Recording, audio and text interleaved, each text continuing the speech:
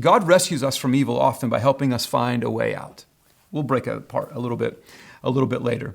So I'm super grateful to a great theologian named John Piper and his teaching on this whole idea of being delivered or rescued from evil. And so as I've dug into studying this, John Piper's research and some of his thoughts really impacted a lot of what we'll talk about today.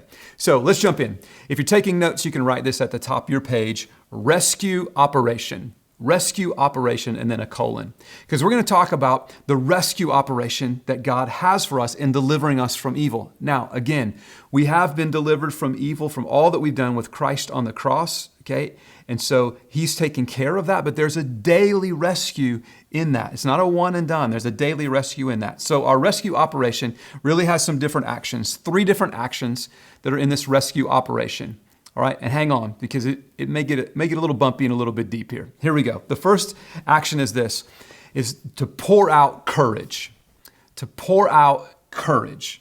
And the first action in our rescue operation is to pour out courage. Here's what I mean by that, is that you will need to be courageous in the way that you come after your rescue, okay?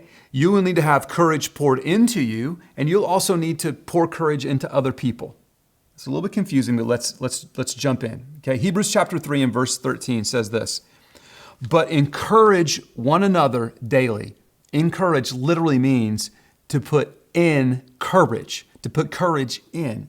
So Paul's saying, put courage in each other daily, as long as it's called today. Why?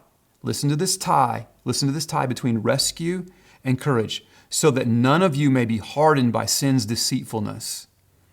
Part of us being rescued is us having the courage, but putting courage in other people and allowing courage to be in us. Think about it like this. When is evil the most alluring to us? When is evil the most attractive to us? It's when we're isolated from being encouraged. And this may be a season for some of us that's more tempting than other seasons, because we've been away from people and people haven't been able to encourage us, haven't been able to put courage into us. And so we just seem weaker and weaker and weaker, and we're pulled more and more into evil, maybe because we've been isolated in some of that. And what happens when we're not encouraged? We get discouraged. That is, courage is taken away from us. We literally have less courage when we're not encouraged. And so we get quiet. We start to doubt God. He doesn't become our pleasure, and so we seek pleasure somewhere else. Oh, I think I'll climb this mountain because that looks like a great smooth road. And maybe when I'm up there, then maybe I'll really find some pleasure, and we're trading that pleasure for the pleasure of God. But when we encourage each other, we put courage in each other. Why is this important? Because we're scared. And when we're scared, we make stupid decisions. When we don't have courage inside of us, we make decisions that we're going to regret.